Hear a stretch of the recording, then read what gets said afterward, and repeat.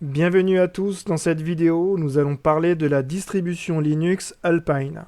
Pourquoi on va s'intéresser à cette distribution? Parce que sur son site, elle nous est vendue comme petite, simple et sécurisée. Les aspects petits et sécures vont ensemble, parce que la distribution, en étant petite, va limiter sa surface d'attaque et donc être plus sécurisée.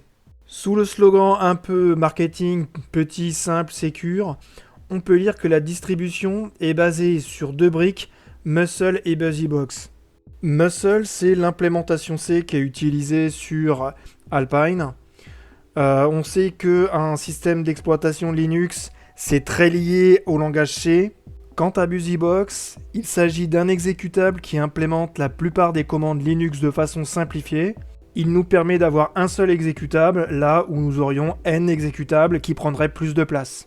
Ne retenir que Muscle et BusyBox, c'est un peu réducteur. Je retiendrai aussi deux aspects de la distribution. APK, qui est le gestionnaire de paquets logiciel.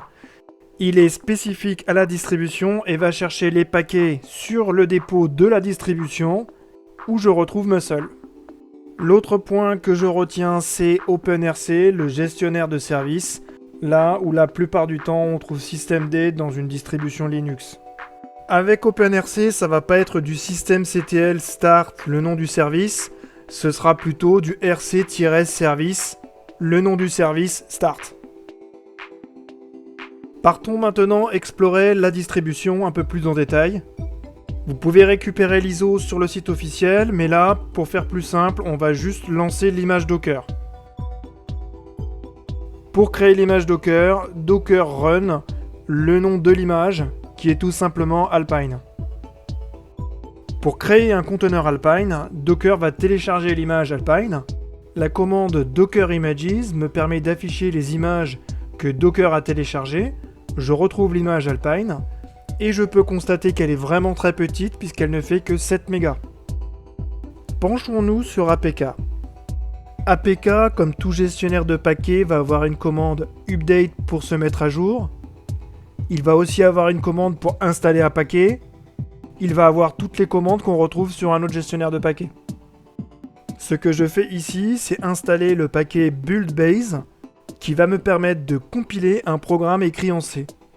L'installation est très rapide. Je peux maintenant créer un fichier avec T en saisissant directement mon programme qui en l'occurrence est un Hello World.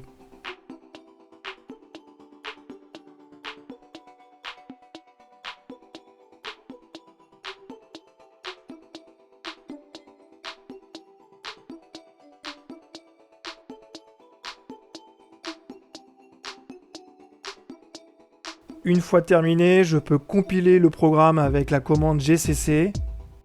Tout ça me donne un exécutable example que je peux lancer et qui m'affiche Hello World.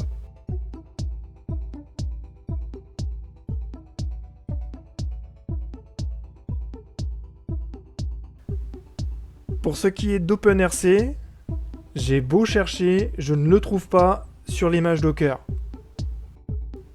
Ce que je finis par comprendre, c'est que sur l'image Docker, OpenRC n'est pas installé. Installons-le avec APK pour faire quelques essais. Une fois installé, j'affiche la liste des services avec la commande rc-service-list. Penchons-nous maintenant sur BusyBox. Si je me connecte sur mon conteneur et que je me place au niveau du répertoire /user/bin.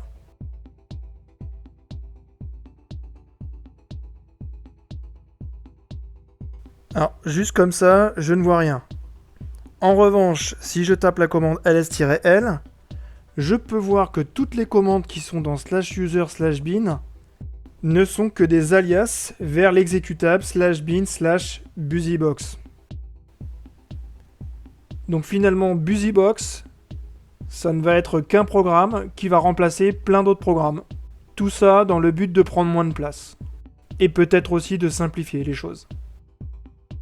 En tant que programme, je peux l'installer séparément. Là, je vais l'installer sur ma machine Ubuntu.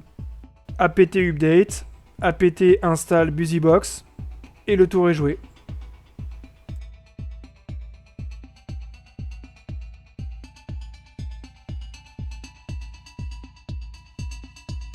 je tape BusyBox SH et ça m'ouvre un shell où je peux saisir toutes les commandes que BusyBox sait gérer. Merci à tous, j'espère que ça vous a plu, à bientôt.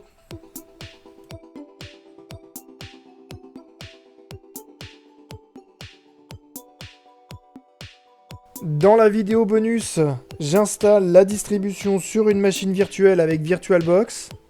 C'est assez intéressant pour la comparaison qu'on peut faire avec ce qu'on a vu avec l'image Docker, notamment la présence de OpenRC, et également le type d'installation qui est assez particulier. L'assistant de la distribution est en ligne de commande. Si ça vous tente, cliquez sur le lien et tant que vous y êtes, un petit like, merci beaucoup.